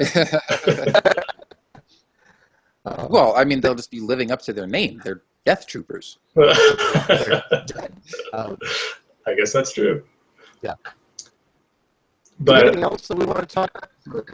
Well, I was going to mention real quick. See, I do like armor, but I'm more of a ships guy, so I love these new TIE Strikers that we're getting. I think the design of that U-Wing is pretty cool. When we saw just some leaked pictures or concept art or whatever, I was kind of so-so on it. But after seeing it in the trailer, I'm like, I kind of like the look and design of that thing. And just sort of, the way it moves and the flare off the engines and all that. It's definitely got a sort of I mean, it feels like it fits right in with the X-Wings and Y-Wings and all that kind of stuff. And of course, it's just awesome to see X-Wings and classic TIE fighters again. So yeah, I'm definitely going to be excited to see all that. Like I said, I'm hoping that there might be like some big space battle that we just haven't seen in the trailers yet, because they're still working on the special effects of it, like right up till the last minute. But that could be the big decisive battle, the big victory that we hear about in the Crawl for a New Hope, where, you know, the rebels like win and escape that battle, or at least clear the way for the Tantive 4 to get away with the Death Star plans. So yeah, the ships and stuff that we've seen so far, I'm excited about that. Yeah, armor, Vader, characters, all that good stuff. Oh, also, one other thing we could mention, and Paul brought this up in the chat on Facebook too, or YouTube, is what do you guys think of the music, and, you know, sort of what are your thoughts on how that might turn out? We just heard that there's actually, there was a change of composers, and that Michael Giacchino is doing the music for this one now. Okay, so that's how you pronounce his name then, Giacchino? Yeah. Giacchino. I think that's how you say it. In fact, I just met somebody the other day who said that was like their son-in-law's name. It actually was Michael Giacchino, and I was like, wait, not the composer? And he's like, no. And I was like, oh, I didn't think so. But I mean, I just had to check, because it's not every day that you hear that name. Right. I think that's how he pronounced it. Okay. But yeah. Yeah, when I first heard the reports, oh, sorry, Jason, if you want to go ahead. Yeah, no, the music is always something in a Star Wars movie that I really look forward to. I'm always super excited to hear new music, and especially John Williams' music is just, it's like music to my ears, literally. And so that was a horrible analogy, because we know what I'm talking about. But yep, so Misa can see that from here too. yeah, thanks. But coming to something like this, where we knew going into it we weren't going to have John Williams doing the music, is one of those things where I was like, okay, I'm going to make myself open to the idea, because we've had Kevin Kiner doing music for Clone Wars and Rebels, and I mean, the man has now written more Star Wars music than anybody, period, because of that. And he's pretty good, and there's some moments in there that I'm just like, this is amazing. This is some of the best music ever. Ahsoka's theme at the end of season 5, anybody? The feels. I know. But so going into this, I was like, okay, I'm preparing myself for non-John Williams Star Wars music. And I had no idea what to expect with Desplat, or whatever his name is. And so when we got the announcement that Michael Giacchino is coming in, due to the reshoots pushing back the composing session, and Desplat not being available for that time, I'm actually okay with this, because I've heard a lot of Michael Giacchino's music. I've got quite a few of his film scores on my iPod, and he's also worked with Star Wars. He wrote new music for the Star Wars, the Star Tours ride, at Disney. Right. So yeah, he's already done Star Wars a little bit, and of course, he right now he's probably most currently famous for Star Trek, which is quite impressive in and of itself. And so, going to someone like him, someone that is kind of an up-and-coming John Williams in a sense, I'm okay with. And I think it'll be a better transition for the fans going into these standalone movies to have someone more like Michael Giacchino right off the bat than someone like Desplat, who I'm not as familiar with and don't know how well that would have come off and how much of a deviation it would have been.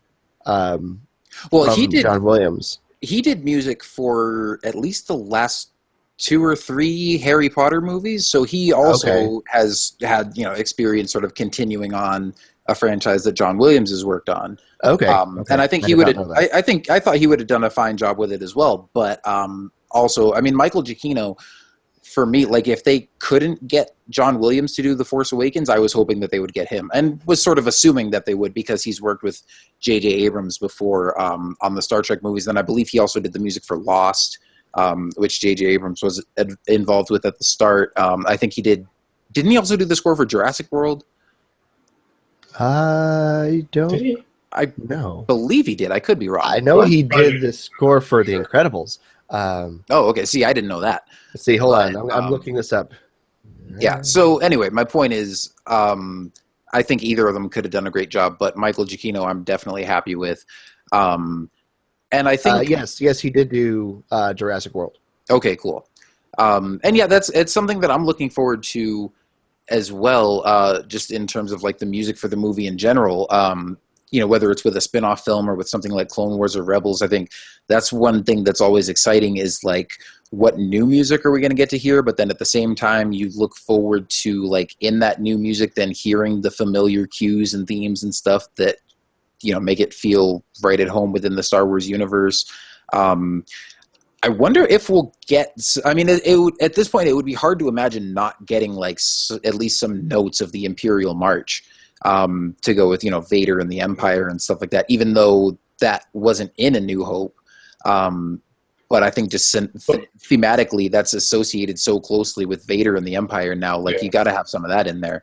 And we've heard it in the prequels too, in some form with others. So it wouldn't be total shocker. Oh, how come it's not in A New Hope if they played it in a movie that takes place days before? Yeah. You know what? Of all the changes that have been made to the special editions, like how come they didn't put the Imperial March in there? Like, I'm not saying it needs to happen. I'm just saying that would have been a better use of their time than a lot of the other changes that have been made. But I digress. But yeah, so I'm definitely looking forward to sort of seeing what he does with it, and again, hearing some new stuff because you as a fan, and I'm sure as a composer or a director for all the people working on this movie too, you don't want to just rehash what's been done before. You want to do something new and put your own spin on it, but at the same time, you want it to feel familiar enough that it's recognizable as Star Wars, and that people who love those themes and want to hear the Imperial March, that you get some satisfying beats there, but that you're not just retreading old ground at the same time. Yeah, and I pretty much agree with what you guys just said. I just have one concern about Michael Giacchino coming on board, is that how late did he come on board? Hopefully he has enough time to really sink his teeth into creating great themes and a great score for this movie. It's not, a real last minute thing where he has to scramble and just get some music on there. So, I mean, we don't know exactly when this change took place, but if the reports are accurate, it was during the reshoots. But as far as when he actually came on board, I hope it just wasn't. It was last week that it happened, I believe, where the news came out he was taking over. Where it was just that day or a few days before, because I don't think that'd be enough time. I mean, I'm not a composer. I don't know how much time they usually spend on writing the music and all that. But I would think for a movie that's just a few months away now, the composer would be well into writing the themes and scoring the actual movie. So that's the only concern I have, because, like any great Star Wars movie, it has to have good themes and musics to go along with it. And each one of the movies has at least, one great theme that you'll take away from that particular movie. And I'm not going to say like, oh, he can't handle a challenge, even if it is short notice. It's just one concern that I have, that I don't know if it is going to be a big deal or not, but it is something that came to my mind when I heard the news that he was coming on board and we're just a few months away from the movie. Just that I hope he has enough time to really, do what he wants to do for the movie. So that would be the only little concern I have about him coming on board. Yeah, I don't think it'll be too much of a problem. In fact, I seem to remember hearing something around this time last year about John Williams scoring The Force Awakens. And I'm sure he probably had a lot of the music written already, but that maybe it was like September or October when they were actually like doing scoring sessions for it, which, obviously once you've got all the music written, that doesn't take all that long, because, when they're doing it with those big orchestras of like professional musicians, it's basically they pay them to come in for a day, here's the music, you play it, and then you go home. It's not like, they spend a ton of time rehearsing and all that kind of stuff.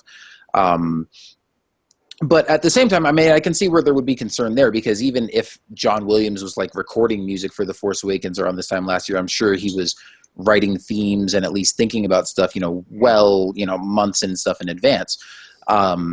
So if he's jumping in fresh right now and really, has no idea what he's doing with it yet, it could kind of be a bit of a time crunch. But at the same time, I mean, I still think, some of these composers crank out scores pretty fast. Right. And I think John Williams actually takes more time to make a score than your general composer. Yeah, so, whereas I remember when Alexandre Desplat, or however you pronounce it, I'm sure, I'm not putting too much effort into my French there, but when he was first hired to work on Rogue One, I remember looking up his credits on IMDb or Wikipedia or whatever, and I had heard of him before, and I know he scores a lot of movies, but I was kind of blown away. I mean, the dude was doing, in some cases, like 5 or 7 movies a year, and I was like, man, how do you have time to write all that? Do you just wake up with a score in your head and be like, hey, somebody give me a movie to put this to and I'll just make it work? Or, I mean, I don't know how you, even if you can do it pretty fast, I don't know how you, get that many done in a year. I don't know really anything about writing or composing music, but I can imagine, just knowing my personality and the way I work on other stuff, if I were a composer, I would take my time with it. Like John Williams, and I would want to know about the story and the characters and all that kind of stuff, and kind of get into it. But yeah, there are composers out there that can just crank these things out, and they may not be the most phenomenal score you've ever heard. It might not win an Oscar, or it might not be, freaking Mozart or something, but it can do a serviceable job. And again, with Star Wars, I mean, the foundation at this point has pretty much been laid, especially when you're going back to a previously established time period and, right before the original trilogy. Like I said, you definitely want to have bring something new to the table, but you've also already got a wealth of themes and cues and stuff that have, that people are already familiar with that you can play with there. So. Yeah, that's another thing too about the music, that I hope it doesn't go in this direction where it just reuses a bunch of the same things. Not necessarily, like the Imperial March or the Force theme, because, those are just general themes of the Star Wars saga. But I just hope they don't use specific character themes throughout the movie for characters that aren't even there. And this is something that I felt Star Wars Rebels has fell into a trap a little bit since it's been on, where you would hear maybe Leia's theme or Luke's theme for certain moments, but, the characters aren't there, so why are their themes being played? So I hope it doesn't fall into that kind of same scenario where we're hearing specific character themes, but the scene or the moment has nothing to do with those characters. And again, what I'm just really hoping for is new great themes for these new characters, just to put on my playlist for Star Wars soundtracks and just add it right next to the other character themes. So hopefully, I'm not overly concerned about the music, but I just want to walk away with it from a good feeling, knowing, it stands up there with the great John Williams soundtracks, because it's sort of a big thing where the first time we're going to get a Star Wars movie that's not composed by John Williams, and it's one that, where someone had to be replaced, so it wasn't, like a smooth succession, I guess, for lack of better words, as far as following John Williams. So, I don't know, it just seems to me where there is a potential for it to not be as great as it could be, but at the same time, too, I just can't overly worry about it and just wait till I actually see the movie to form an opinion on the music. And even if I don't like it, it could be something that grows on me later on, because that's the beauty about music. It's something that doesn't get to you right away, but the more you hear it, the more you get familiar with it, you can end up liking it and then enjoying it as much as you did the other Star Wars soundtracks. And that kind of happened with me on The Force Awakens. I'm not going to say it was bad, but other than Rey's theme, none of the other music really stood out to me as being memorable. But the more I listened to it and saw the movie, and then more pieces of the music started to stick out, and I could start humming it and playing it in my head. And remember, it's not just Rey's theme, but it's other pieces of music that played out through the movie. So it's not going to be the worst thing in the world if I come out of the movie going, the music was a little disappointing. Yeah, no, I was going to say the same thing you just said about the Force Awakens score. Like, just because it doesn't totally grab you right off the bat, sometimes it just takes time to grow on you. So, I think, again, especially like knowing Michael Giacchino, knowing the people that are involved at Disney and Lucasfilm, and the work that everybody's putting into this, I think for the music and for the film in general, I think the worst they can do is pretty decent. Like, Right. you know, I think some people might be disappointed by this movie if it doesn't, you know, live up to all their expectations or whatever. But I really don't think any of us are going to come away from it going, man, that sucked. And even, I mean, I know all three of us here are fans of the prequels, but obviously, you know, we're well aware that there's been a lot of critical backlash about those. And I mean, those might be like the most divisive movies of all time, you know, the most mixed reception. I think this will probably do better than that too. I mean, as far as just, you know, being a bit more crowd pleasing, you know, being in the original trilogy timeline, being an action focused, you know, war movie and not dealing with politics and stuff like that. So I'm not saying it'll be better than the prequels from our perspective as people who really like the prequels, but, you know, hopefully for the people out there who better receive. Overall better general reception. I think for the people who don't like the prequels, they might end up liking this more. True. So. Yeah, and I kind of think too, because you know they're as big of a success as The Force Awakens was, and as much as, you know, the fans I interact with, like you guys and other people on social media, love the movie. We do hear more people being somewhat disappointed with that, as far as, you know, being a little too much like A New Hope or the original trilogy, not taking enough risks of making, you know, be its own thing. And I'm wondering if Rogue One might, you know, satisfy those fans who were disappointed with The Force Awakens in that regard, because it doesn't seem like it's not going to be just a retread of A New Hope and follow the similar story beats. It's going to be its own thing, just set close to that time period. So I don't think it's financially going to, you know, do more than The Force Awakens, but I wonder if it may please more fans maybe than The Force Awakens. Even though The Force Awakens, I think, is pretty much like 95% loved by most fans, because it was really positively received by most people. But for those that were maybe a little disappointed with it, I wonder if Rogue One will do what The Force Awakens couldn't do for them when it's all said and done. Yeah. You know, I was thinking about that too, sort of from a different angle, but I mean, like you were talking about the sort of originality and uniqueness of it. Because, I mean, I certainly can understand that criticism of The Force Awakens, and for me, that is one of my minor gripes with it, although on the whole, I definitely love that movie. It's probably in my top 3 favorite Star Wars movies. In fact, I'd say it's like sitting at number 3 right now, but behind Empire and Jedi.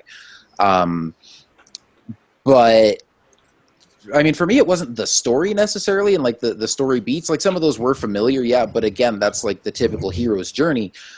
But it was more just sort of the settings and the ships and stuff. I mean, it was like, okay, cool, we get some new X-Wings and TIE fighters, but like it's 30 years after. I wanted to see them switch it up even a little bit more visually. I wanted to see some totally different like ship designs and stuff like that. Right. But obviously they were trying to draw people back in and be like, hey, look, you know, this is reminiscent of that classic trilogy that you guys all loved so much.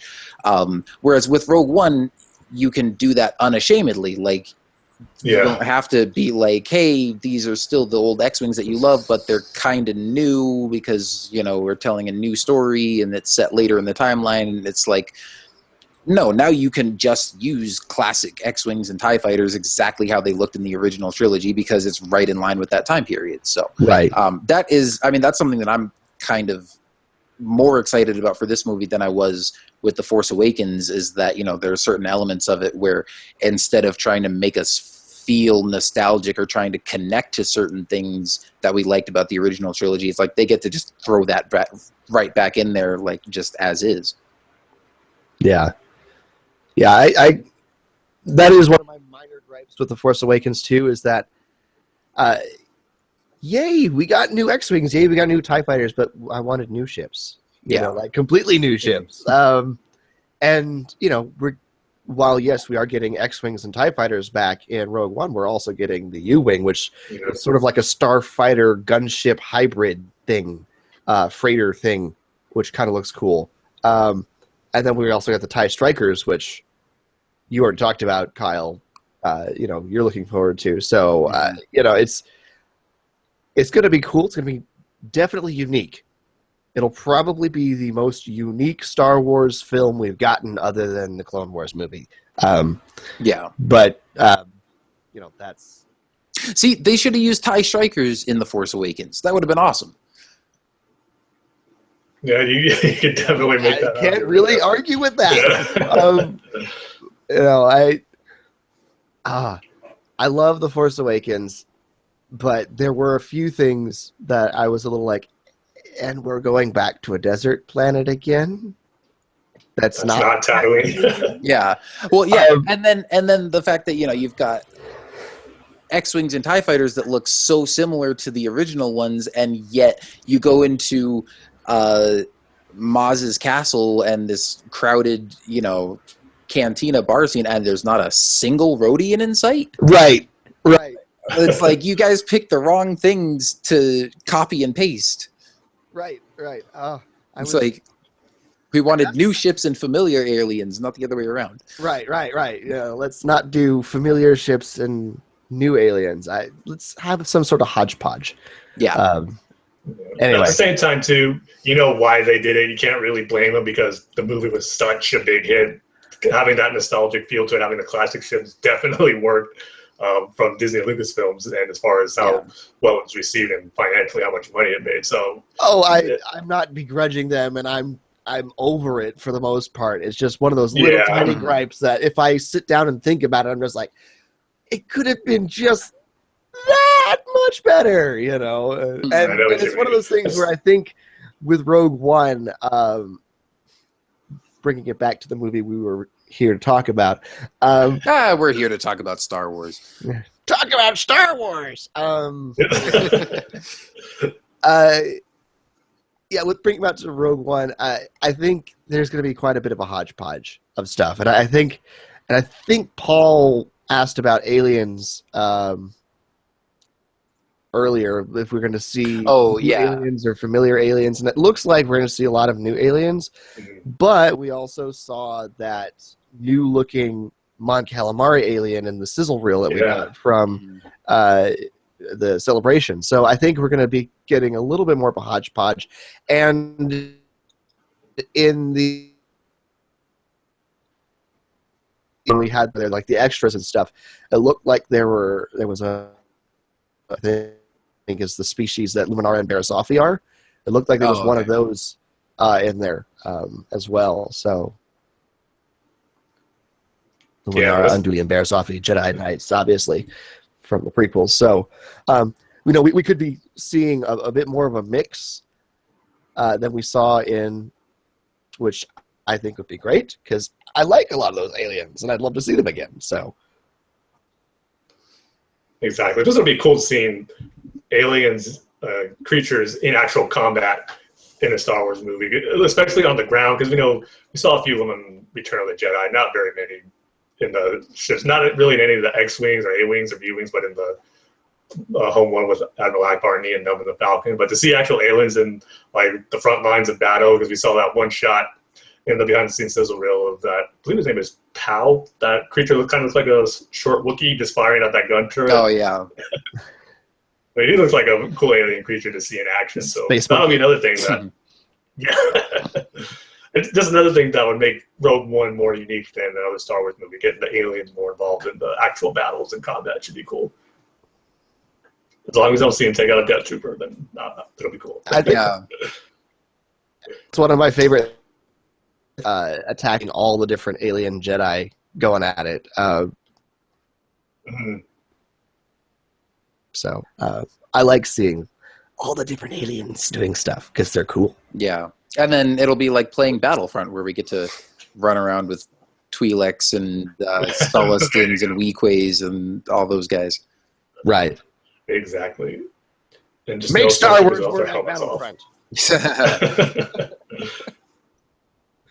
All right. Anything else I want to talk think about? I think we've covered a lot of the main big stuff that we're going to see in Rogue One. I don't know if you guys want to give any final thoughts on the movie before we sign off and then just head into the movie just 3 months away. So what are you guys' final thoughts on Rogue One? Yeah, I think we've hit pretty much all the major points. I don't know. I'm glad that we get to do stuff like this because, as I said, I'm not like the most hyped and anticipated for this movie, but then talking about it like this will get me more excited about it. And, just thinking about the different possibilities and the new characters that we're going to get to see, and Vader, obviously, and all that good stuff. So, yeah, definitely looking forward to it. It's Star Wars. How could I not be looking forward to it? But, everything that we've seen so far from, trailers and stuff like that looks promising. And, I mean, like I said, I think the worst they can do is just make sort of a so-so, but hopefully at least, entertaining and enjoyable addition to the Star Wars franchise. And at best, they'll blow us all away and we'll go, man, make more of these A Star Wars Story films, but change the name so I don't have to say that because I want to choke on my words. But I like it. And if it's successful, they ain't changing a thing. Yeah, unfortunately.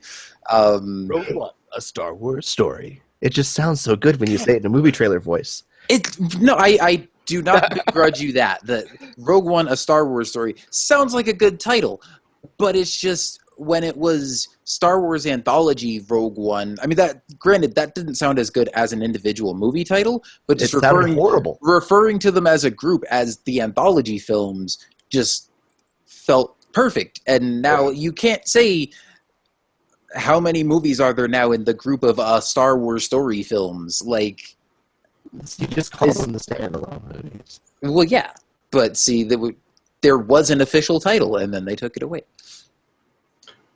And this, folks, proves that we are geeks. It also proves that we're running out of stuff to talk about. Of course, the sad thing is we've been going for about an hour and 45 minutes, and for Tim and I, this is a short episode.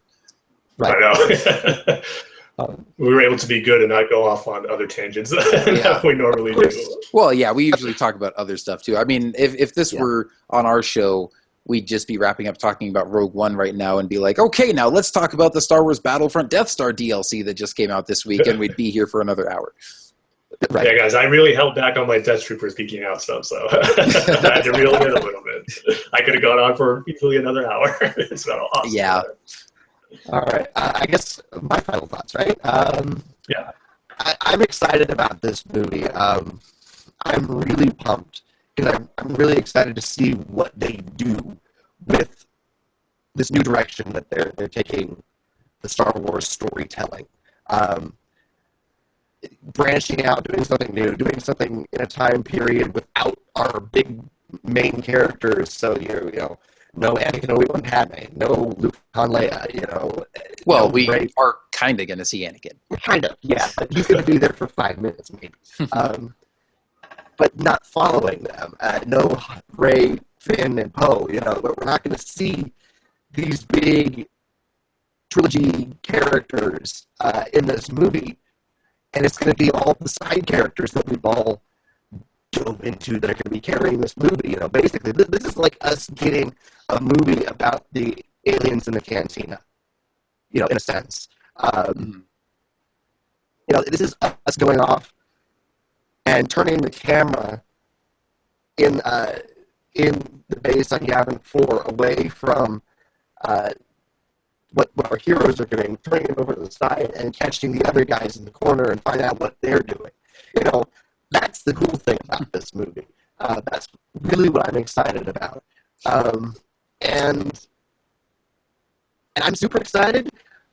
But honestly, I'm kind of more excited right now for what's happening in 2 days with Thrawn and Tom Baker, the Bendu, coming on Star Wars Rebels.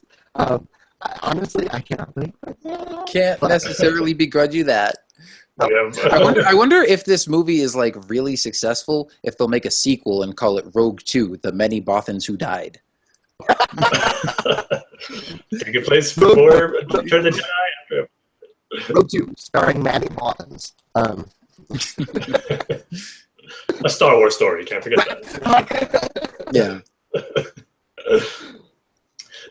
Yeah, for me, I'm super excited for it. I mean, I'm going to be excited for any Star Wars movie, even if since we're getting one every year now, and if one unfortunately turns out to be not so good and disappointing, I'm going to be excited for the next one right after that, no matter what, because it's Star Wars. I just love it so much. And for this one, looking as good as it does from the trailers and from the images and information we've got on the characters so far, it's just getting me so pumped up for it. And then having it be a cool story to tell and for us to get to experience of the team that did steal the Death Star plans. And I'm one of those people who like learning as much backstory and details on certain characters or situation as much as possible. I know not everyone likes that. They like the mystery aspect of it. So I'm one of the few who really wants a Yoda Star Wars story film that tells his origin, his species, his home planet. But we'll see if we ever get that. But I want a Yoda standalone film, but I want it when he's like 400. And like actually being a Jedi Knight out in the galaxy. So his origin still stays a mystery, but we get like Old Republic storytelling from a 400-year-old Yoda. Which would still be a very young Yoda, yeah. Man, if you're 400 years old and still have another 400 or 500 years to live, you must have one heck of a midlife crisis. Like, I want to see a movie about a 400-year-old Yoda taking a break from the Jedi Order and going to be a pod racer pilot. Oh, man. For a century, for 100 years, he has a midlife crisis. You know. Oh my God, that would be That's an image I gotta see now. Yoda driving a pod race.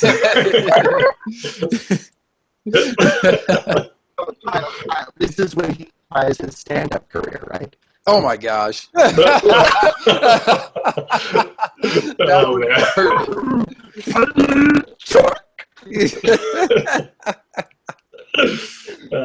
See, Lucasfilm, you got us to map out the Star Wars story Yoda film right here. Right, That's a guaranteed hit.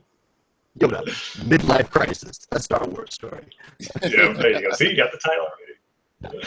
But yeah, Rogue One looks awesome. I can't wait for it. And again, like I said, it's less than 3 months now, and it's going to be here before we know it. And like you mentioned, Jason, we got Rebels coming up this Saturday, which is going to make the time fly by getting new great Star Wars content, it looks like, from how good Season 3 looks leading up to Rogue One, which, I don't know, I still kind of think they haven't said anything yet officially, but we'll probably get one episode at least before Rogue One comes out that might have a little tie into it. Maybe there'll be a familiar character. Maybe even Saw Gerrera will show up in Rebels, and then not necessarily lead into Rogue One, but, would be like something cool for when we see the actual movie to reference into Rebels if it have a little connection that way. So that would be cool too. And yeah, this is going to be just much like how it was last year with The Force Awakens. It's going to be a great fall/winter to be a Star Wars fan. So yeah, a lot of stuff to be excited about for Rogue One. Yeah, definitely. So yeah, that's going to do it for us on tonight's roundtable discussion. Thank you everybody for watching. It was lots of fun talking about the movie and getting us all excited for it. So with that, that'll do it. I guess we could just sign off and tell everyone where they can find us online. Jason, go ahead and start us off. Alrighty, well, of course you can find me here on the ThunderQuack Podcast Network at the Talking Time Lords podcast, which is a podcast devoted to Doctor Who. We are finishing up our Dalek story reviews, so that's kind of cool. And we're looking to see what we're going to do next. And we want listeners to help us figure that out, whether we're going to do Master or Cybermen. But that's, of course, TalkingTimeLords.com is the best place to get all our information. Thanks to Matt for having us set that up, or Mike, excuse me, for having us set up that website.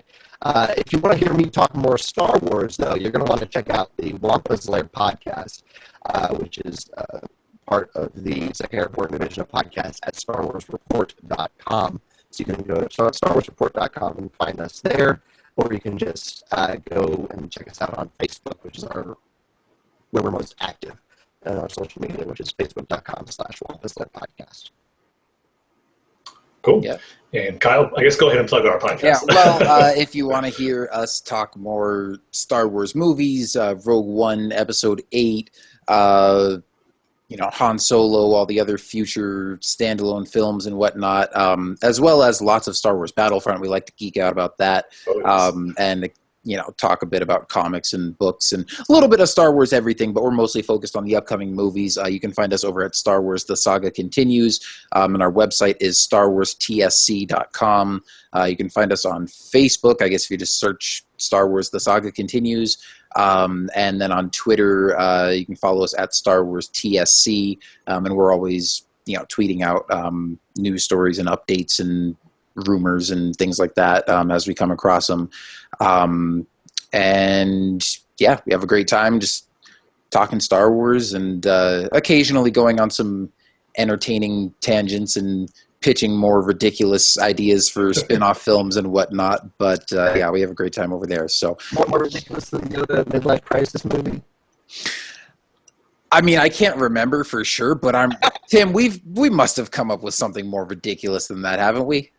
I'm sure we have, but that one, that's pretty up there, I have to say. It's definitely one of my favorites. Like, I would, without a doubt, pay money to go see that.